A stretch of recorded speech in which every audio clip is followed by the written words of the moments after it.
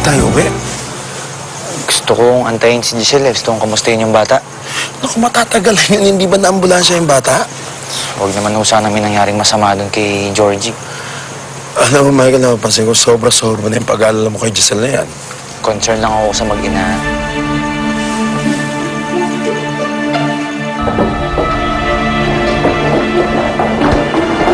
Alam mo, akala ko mapapabilig po si Papa eh.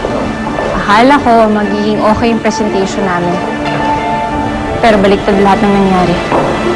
Hindi ko nga alam kung bakit nasunog yung warehouse eh. Tsaka, nagagaling lang naman namin dun. Tsaka wala akong naisip tsaka nakita na pwedeng panggalingan ng sunog. Yung nangyari yung iniisip ko eh. Hindi ko alam kung aksidente ba talaga yung nangyari o talagang sinadyang sunugin yung warehouse para masunog na rin yung mga materials na gagamitin ko. Alam mo, Eliza, isa lang naisip kong pwede gumawa nun eh. Si Sofia. Welcome back to the Philippines, Mr. Chen. Akala ko si Elisa ang susundo sa akin. Well, Eliza is busy preparing for the big presentation tomorrow. Too busy for me? Andito naman ako eh. I can make up for her absence. Just let me know how I can make your stay very, very enjoyable.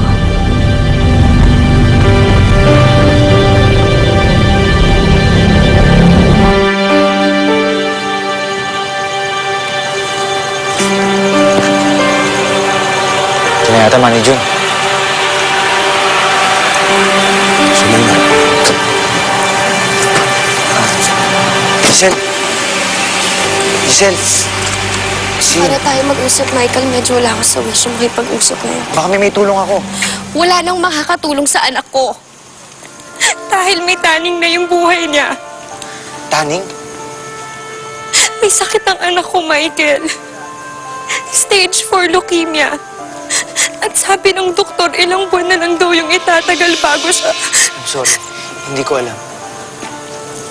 Kaya lagi niya hinahanap yung daddy niya. Kasi yun lang yung hiling niya bago matapos yung lahat.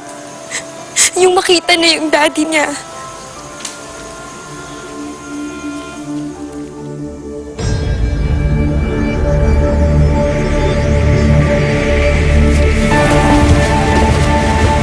Magandang gabi po. Sa gitna lang talaga yung sunog? Dumating ko kasi kagad yung mga bumbero eh. Pero parang may pumuntirya ng mga materialis lang natin. Dumating na ba yung mga polis? Baka naman sinadya yung sunog na yun. Paparating na po sila.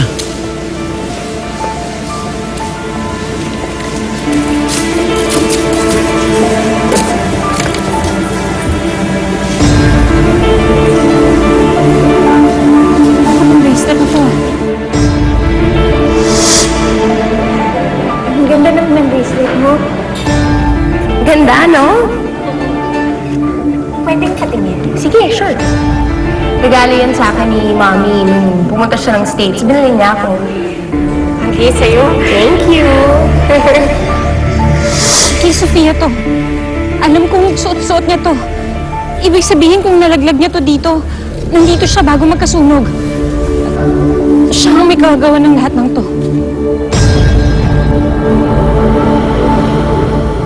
Mababalot ng hiwaga at mabubuno ng pag-ibig. Sana makita na yung tatay niya. Giselle! Ako na lang. Ako na lang ipakilala mo kay Georgie.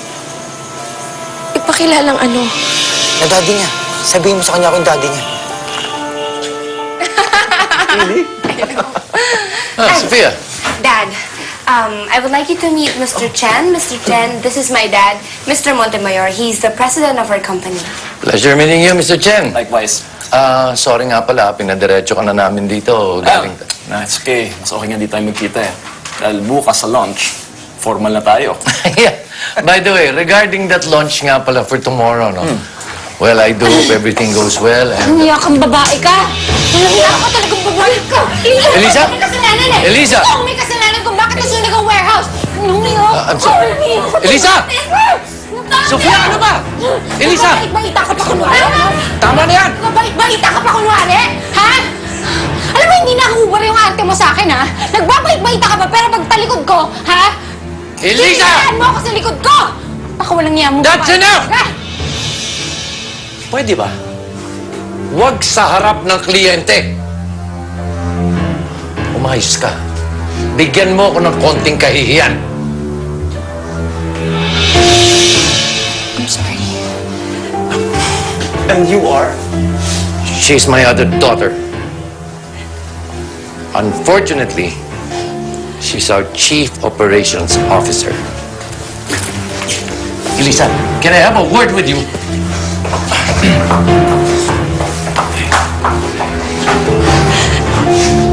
Are you okay? Bakit mo naman naisip gawin yun? Gusto ko lang maging masaya si Georgie. May taning na yung buhay ng bata. Dapat gawin nating masaya yun. Itong mga nakaraang araw, bagsak na bagsak ako. Lagi na lang ako disappointed sa sarili ko. Itong gagawin ko kay Georgie, nararamdaman ko, tama to. Pero hindi mo naman siya kilala eh. Kikilalanin ko siya. Gusto ko lang talagang tumulong. I'm sorry. Pero hindi ko kayang lokohin ang anak ko. Maraming salamat sa alok mo, pero...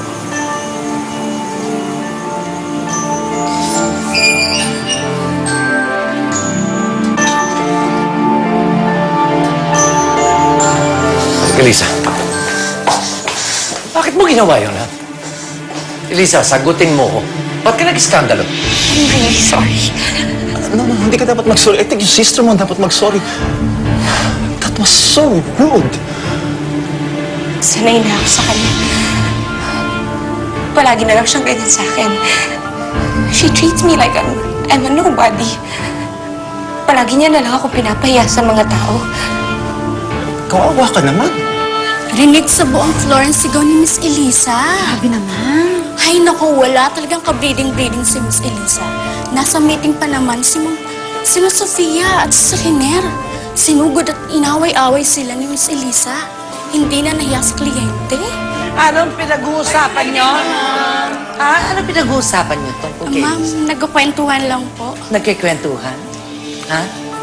Boss nyo, pinagchichismisan nyo? Mga walang respeto? Pinagtanggol ko lang po ang sarili ko, Papa.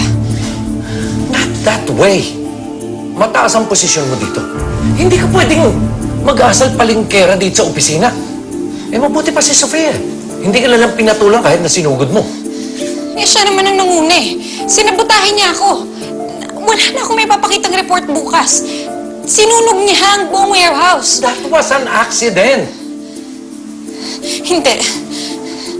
Ginawa niya talaga yun. Sinadya niya yun.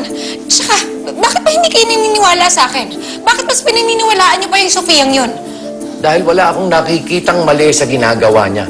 Eh, ikaw nga ito eh. Lagi mo siyang sinusugod. Lagi mo siyang inaaway. Abay, walang kalaban-laban sa si Sofia. Bakit niyo pa kasi dinala yung Sofia ngayon dito?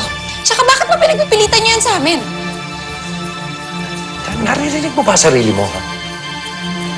Para ka na si Sofia nung araw eh. Alam mo ba noon, nung una kitang dinala sa bahay, inaaway ako niyan, sinumbatan ako at sinisi. Bakit daw kita kinupko? You should stop and listen to yourself. You've really changed. Nagbago ka na, Elisa. Nagiging parang si Sofia ka na nung araw.